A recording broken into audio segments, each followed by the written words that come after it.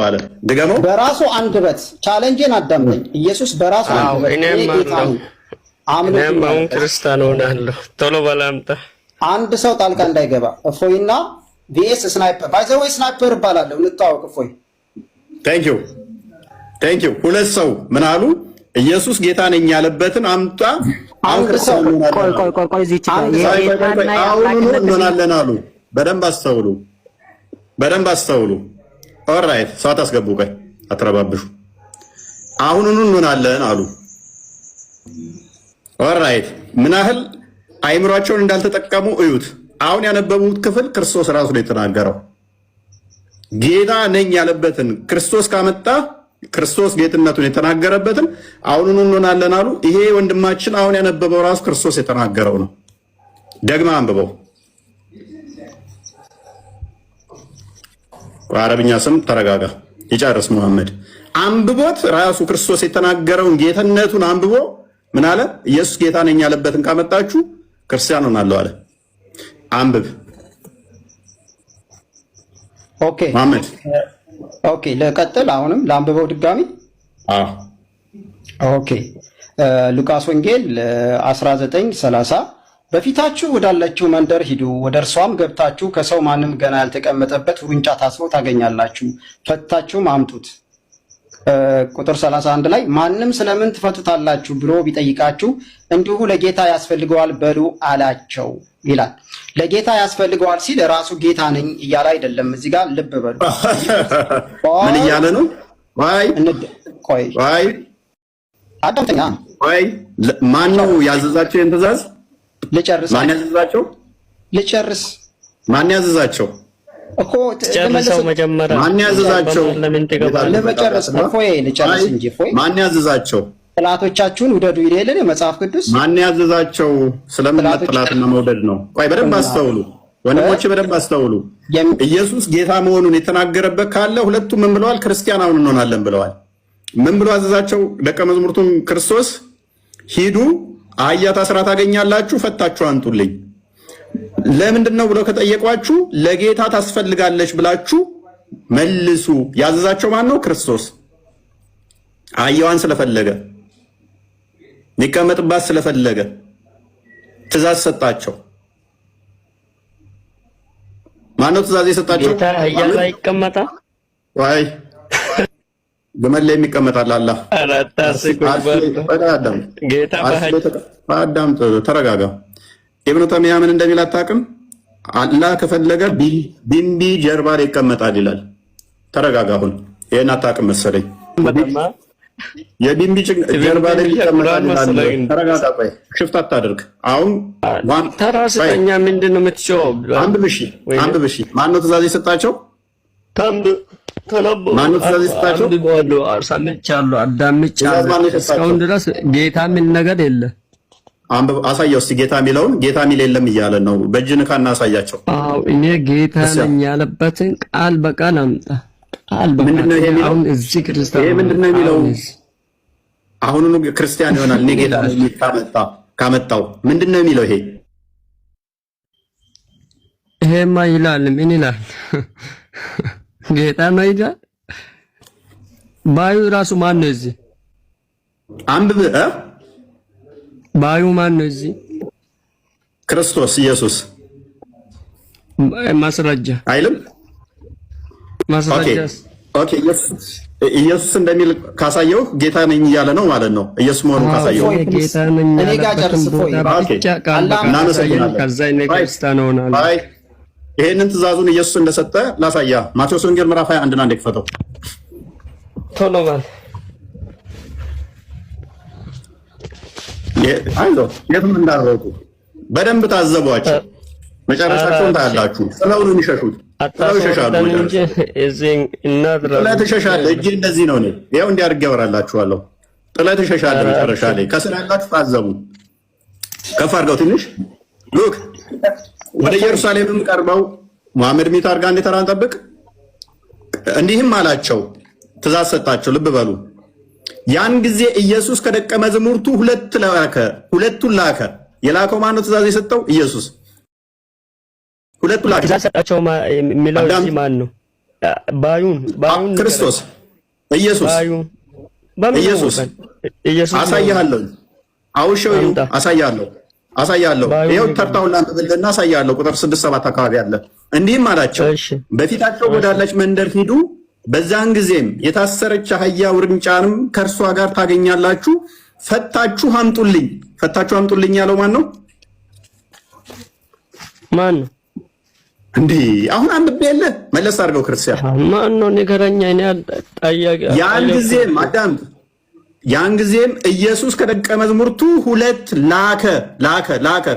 መላክ ማለት ማዘዝ ነው። ባዩ ማን ነው? እዚህ ላከ ባዩ ኢየሱስ እንደ ላከ ይላል። ማን ነው ላከ ይላል? ላኩ ይላል። መሐመድ ተመለስ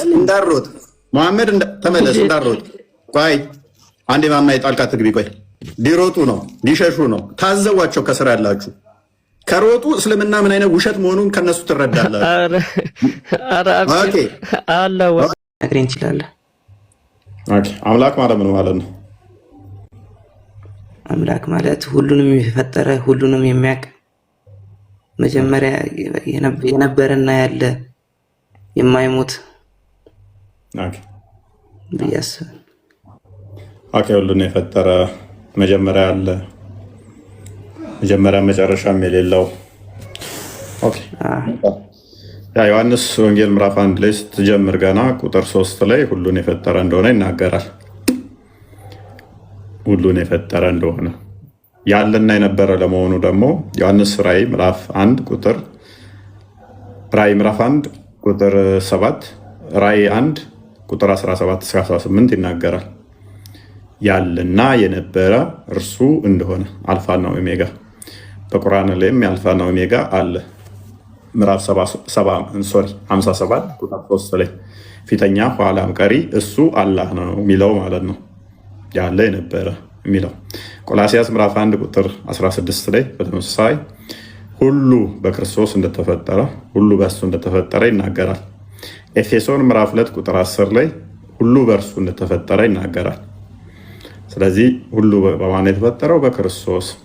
ማይሞት ሕያው የሆነ ማን ነው? እርሱ በመለኮቱ በፍጹም ሊሞት አይችልም። መለኮት ሊሞት ስለማይችል ሞት ማለት በራሱ ስጋና ነፍስ መለየት ነው። ሞት ለመለኮት አይነገርምና ታዲያ ክርስቶስ በስጋ ሞተ ትሉ የለ ወይ? ያ ክርስቶስ ሞተ ስትሉ ምን እያላችሁ ነው? ክርስቶስ መለኮት የተዋሃደው ነው። መለኮት የተዋሃደው ስለሆነ ልብ በል አንተ ሐሰን ነህ አይደለ? ሰው ትባላለህ አይደለ? እባላለሁ።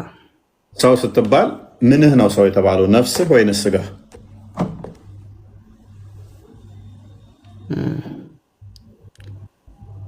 አንድ ላይ መሰለኝ። ጎበዝ፣ ሁለቱ ናቸው። ሰው የሚባለው ነፍስና ስጋ ውጤት ነው። ነፍስህ ከስጋ ከተለየ ሬሳ ነው። በቃ ሰው አትባልም፣ ሬሳ ነው። የሰው ሬሳ ይባል እንደሆነ ነው እንጂ ሰው የሚለው እንትን አትልም። ሰው ስትባል ግን ነፍስ ያልተለየች ከስጋ ጋር የተዋሃደች ነች። ሞት ስንል እኛ ዲፋይን ይደረጋል። ሞት ማለት ምን ማለት ነው? ነፍስ ከስጋ መለየት ነች። ጀምስ ወይም ደግሞ ያዕቆብ በመልእክቱ ምዕራፍ 2 ቁጥር 26 ነው መጨረሻው አካባቢ ላይ ያስቀምጠዋል። ከቁጥር 17 ጀምሮ ስታነበው ነፍስ ከስጋ ስትለይ ሞተ ይባላል ብሎ ያስቀምጠዋል። ስለዚህ ክርስቶስስ አልሞተም ወይ? ታዲያ ሞት ለአፈጣሪ ይነገራል ወይ ካልከን ክርስቶስ ማን ነው ለሚለው ክርስቶስ ሰው ብቻ አይደለም፣ መለኮት የተዋሃደው ነው። ቃል ነው እሱ። ያብ ቃሉ ነው። መለኮት የተዋሃደው ነው። አንተ ሰው ብቻ ነህ። እርሱ ግን ሰው ብቻ አይደለም፣ መለኮት የተዋሃደው ስለሆነ ቃል ስጋ ሲሆን ጸጋና እውነት ተሞልቶ በእኛ ሲያድር ዮሐንስ ወንጌል ምዕራፍ 1 ቁጥር 14 ላይ እርሱ መለኮት የተዋሃደው ስለሆነ ሞት ማለት ስጋና ነፍስ መለየት ነች። በደንብ አስተውል። ስጋና ነፍስ ሁለቱ ድምር ሰው ከተባለ ስጋ ከነፍስ ስትለይ ሞት ይባላል። ስለዚህ ክርስቶስ በስጋ ነው የሞተው፣ በመለኮት ያው ነው፣ በመንፈስ ያው ነው። ጴጥሮስ አንደኛ ጴጥሮስ ምዕራፍ 3 ቁጥር 17-18 ስትመለከተው ይህን ታገኛለህ። ክርስቶስ በስጋ ሞተ፣ በመንፈስ ግን ሕያው ሆነ፣ በስርም ላሉት ወንጌል ሰበከላቸው ይላል። ከሞተ እንዴት ሊሰብክላቸው ቻለ? ልክ ነፍሱ ከስጋው ስትለይ ሄዶ ሰበከላቸው ማለት ነው። ስለዚህ ስጋና ነፍስ መለየት ነች። መለኮት ግን የሚሞት አይደለም፣ የሚራብ አይደለም፣ የሚጠማ አይደለም፣ የሚደክም አይደለም። ጢሞቴዎስ ምዕራፍ 1 ቁጥር አንደኛ ጢሞቴዎስ ምዕራፍ 1 ቁጥር 17 አንደኛ ጢሞቴዎስ ምዕራፍ 6 ቁጥር 16 እንደሚናገረው እርሱ ብቻ የማይሞት ይላል። አይሞትም። መለኮት የሚሞት አይደለም። መለኮት የሚራብ የሚጠማ አይደለም።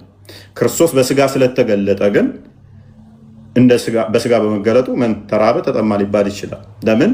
የእኛን ራብ ሊያስወግድ እሱ ተራበ፣ የእኛን መጠማ ሊያስወግድ እሱ ተጠማ። ስለኛ ቤዛ ሊሆን ካሳ ሊከስ ስለሆነ እነኚህ ተነግረውለታል። ነገር ግን እሱ በመለኮቱ ሉክ የሚራብ የሚጠማ የሚደክም አይደለም። ልክ ይህን እናንተ ጋር ስናመጣው ቁርአን አለ። ቁርአን ያላ ቃል ነው። ያላ ቃል ደግሞ ፍጡር አይደለም ብላችሁ የምታምኑት ወረቀቱ ፍጡር ነው። ወረቀቱ ፍጡር ነው። ብዙ ፕሮሰስ አልፎ ነው የሚመጣው። እዛ ላይ የሰፈረው ግን ያላህ የባህሪ ቃሉ ስለሆነ ፍጡር አይደለም ብላችሁ ነው የምታምኑት። እኛ ደግሞ ክርስቶስ ምን ብለን ነው የምናምነው? የአብ የባህሪ ቃሉ ነው ብለን ነው የምናምነው። ክርስቶስ ምንድነው? የአብ የባህሪ ቃሉ ወይንም ደግሞ የባህሪ ልጁ ነው የምናምነው። የባህሪ ልጁ ደግሞ ምንድነው? እሱ አንደኛ ዕብራውያን ምዕራፍ 1 ቁጥር 1 እስከ 3 ስታነብ ዓለማትን የፈጠረበት የአብ የባህሪ ቃሉ ማርያምን ፈጠራት። ማርያምን ከፈጠራት በኋላ ከእሷ ስጋና ደምን ተካፍሎ በዛ በተካፈለው ስጋና ደም መለኮት ተዋህዶት ተገለጠ። እናንተ ቁርአን ተገለጠ ትላላችሁ፣ የአላህን ቃል ቁርአን አላችሁት። እኛ ደግሞ ምን አልነው? የአብን የባህሪ ቃሉን የአብን የባህሪ ልጁን ማን አልነው? ክርስቶስ አልነው። በስጋ ተገለጠ፣ ሰው ተብሎ ተጠራ። ከስጋ ከማርያም ስለተወለደ ሰው ተብሎ ተጠራ። ሰው ብቻ ግን አይደለም፣ አስቀድሞ በእግዚአብሔር መልክ ሲኖር ስለነበረ እሱ አስቀድሞም መለኮት ብቻ የነበረው ስጋን ስለተዋሃደ ሰው ተባለ። እርሱ ግን የአብ የባህሪ ልጁ እንደመሆኑ ደግሞ አምላክ ይባላል። አባቶች ለእነሱ ናቸውና ክርስቶስ ከነሱ በስጋ መጣ፣ እሱም የተባረከ አምላክ ነው ይለዋል ሮሜ ምዕራፍ 9 ቁጥር 5 ላይ ማለት ነው። ስለዚህ ክርስቶስ ምንድነው? ሰው ብቻ አይደለም፣ ቃል የተዋሃደው ነው። ቆላስይስ ምዕራፍ 2 ቁጥር 9 እንደሚናገረው ማለት ነው። ስለዚህ በደንብ አስተውል። ስለዚህ ቁርአንህ ጋር ስትመጣ ወረቀቱ ፍጡር ነው፣ ቃሉ ግን ፍጡር ስላልሆነ ምን ብለህ ታምናለህ? ፍጡር አይደለም ብለህ ታምናለህ ማለት ነው። የእኛ ሰው ሆኗል፣ የእናንተ ሰው አልሆነም ከሆነ ጥያቄው፣ የእናንተ ደግሞ በቂያማ ቀን በቂያማ ቀን ቁርአን ራሱ ምን ሆኖ ይመጣል? የገረጣ ሰው ሆኖ ይመጣል። አንድ አይደለም ብዙ ሰው ሆኖ ይመጣል ማለት ነው። እንደ ወፍ ግሪሳ ሆኖ ይመጣል። ፍጡር ያልሆነው ልብ በል ያላህ የኔ እናንተ ቃል ድምፅ ብቻ ነው። የኔ እናንተ ቃል ድምፅ ነው። የፈጣሪ ቃል ግን እንደኔና እንዳንተ ድምፅ አይደለም፣ አካላዊ ነው። ቁርአን ብላችሁ ታምናላችሁ እናንተ። እኛ ደግሞ ኢየሱስ ብለን እንጠራዋለን እሱን ማለት ነው። በስጋ ይገለጣል። መቼ? የእናንተ ገና በስጋ ባይሆንም ምን መስሎ ይመጣል? ሰው መስሎ የገረጣ ሰው መስሎ ይመጣል። መቼ? የቂያማ ቀን ብዙ ወፎች ግሪሳ እንደዛ ሆኖ ይመጣል። ከዛ ስለእናንተ ሸፋ ይሆንላችኋል፣ ምልጃ ያቀርባል ብላችሁ ታምናላችሁ። ስለዚህ እናንተ ያላ ቃል ገና ወደፊት ሰው መስሎ ይመጣል ብላችሁ ታምናላችሁ። የእኛ ደግሞ የአብ የባህሪ ቃሉ በስጋ ተገልጧል፣ ሰው ተብሎ ተጠርቷል። እርሱ ግን ሰው ብቻ አይደለም፣ ምንድነው? የአብ የባህሪ ልጁ እንደመሆኑ ፈጣሪ ነው። ሱረቱ ዙሩፍ ላይ ቁጥር 81 ላይ ለአራማን ልጅ ቢኖረው ለእርሱ ከተገዦች የመጀመሪያ ነኝ በል ይላል ቁርአኑ። ስለዚህ አብ ልጅ ካለው ልጅ ብለን የምንጠራው እኛ በደንብ አስተውል። ልጅ ስንል እንደዚህ ሚስት አግብቶ ከዛ ተረግዞ የሚወለድ አይደለም፣ ቃሉን ነው። ልብ በል ቃሉን ከአብ የሚወጣ የባህሪ ቃሉ ስለሆነ ልጅ ብለን ጠራ ነው። ልጅ ተብሎ ይጠራል እንጂ ልክ ተረግዞ እንደሚወለድ ከዘመን ተበላልጦ ተገራድሞ ማለት አይደለም። እናንተ ልክ ቁርአንን ያላህ የባህሪ ነው፣ ባህሪው ነው፣ ሲፋቱ ነው ብላችሁ ታምናላችሁ። እኛ ደግሞ ወልድን ክርስቶስን የአብ የባህሪ ልጁ ነው ብለን እናምናለን። እሺ አንድ ጥያቄ ቀጥል። ኢየሱስ ሞቷል። አባስ ቆይ እንትና ሐሰን ይጨርስና እመለሳለሁ አንተ ጋር። እሺ የባህሪ ልጁ ነው ብላችሁ ካመናችሁ ቆይ እሺ ከመወለድ ዘመኑ ጀምሮ እስኪሞት ድረስ ያለው አምላክ ነው ብላችሁ ትወስዱታላችሁ? ወይም በቃ የአምላክነት ባህሪ አለበት ከመወለዱ እስከ መሞቱ ማለት ነው? በሚገባ አስቀድሞ ስጋን አልተዋሃደም ነበረ። ተማርያም ተመወለዱ በፊት ስጋን ሳይዋሃድ ቃል በዓለም የነበረ ሁሉን የፈጠረ ሁሉን ያስገኘ ነው። ነገር ግን ቃል ስጋን ሲዋሃድ የስጋ ባህሪ ለመለኮት ይነገራል፣ የመለኮት ለስጋ ተነገረለት ማለት ነው። ያ ማይወሰነው በጠባብ ደረት በአጭር ቁመት ተወሰነና እሱ ክርስቶስ እግዚአብሔር ተብሎም ይጠራል። እሱ አምላክ ተብሎ ይጠራል። እሱ ፈጣሪ ተብሎ ይጠራል። በዛች በቃ በገደብ ባለበት ሰዓት ማለት ነው፣ በተወሰነበት ሰዓት ማለት ነው። አምላክ ነው፣ አምላክ ነው። ለምሳሌ በቀላሉ ራሱን የቻለ አይደለም። አንደኛ ራሱን የቻለ አይደለም። በቀላሉ ላስረዳ። ቁርአን ከመውረዱ በፊት ያለ ቃል ነበር አይደለ? ነበር። ያ ያለ ቃል የነበረው ነው አይደለ? ለመሐመድ ሲመጣ እንደገና ደግሞ ቁርአን የሆነው እንጃ። እሱን እንጃ። እንደዛ ነው። ስለዚህ ቁርአን ከመውረዱ በፊትና በኋላ ብትለይ ምንድነው ልዩነቱ የሚሆነው? ቁርአን ከመውረዱ በፊት አልተገለጠም ነበር ያለ ቃል አይደለ? እናንተ ጋር አልደረሰም አይደል? ተገልጧል እንጂ በኢየሱስ መልኩ ተገልጦልን የተገለጠላቸው ሰዎች አሉ። ኢንጂል ነው እሱ። እኔ ስለ ቁርአን ነው ያወራሁት። ቁርአን ግን ለእናንተ ገና አልተገለጠም። በመሐመድ ጊዜ ነው የወረደላቸው። በመሐመድ ሰዎች ለመሐመድ ህዝቦች ነው። ሱራ 5:49 አካባቢ እንደሚናገረው ማለት ነው። ኢንጂል ሱራ 5:47 ለኢሳ እሱ በኋላ እንትን ነው የሚሆነው።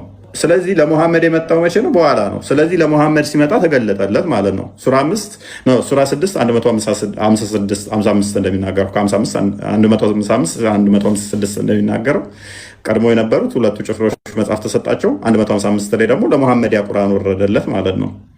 ስለዚህ ወረደለት ምንጭ ተገለጠለት ማለት ነው። ክርስቶስ ቃል ያ ቃል የነበረው በፊት አልነበረም ማለት ነበረ። ያ የነበረው ቃል ግን በስጋ ተገለጠ። ማይታየው ታየ፣ ማይዳሰሰው ተዳሰሰ። በምን? በስጋ ሲገለጥ ማለት ነው።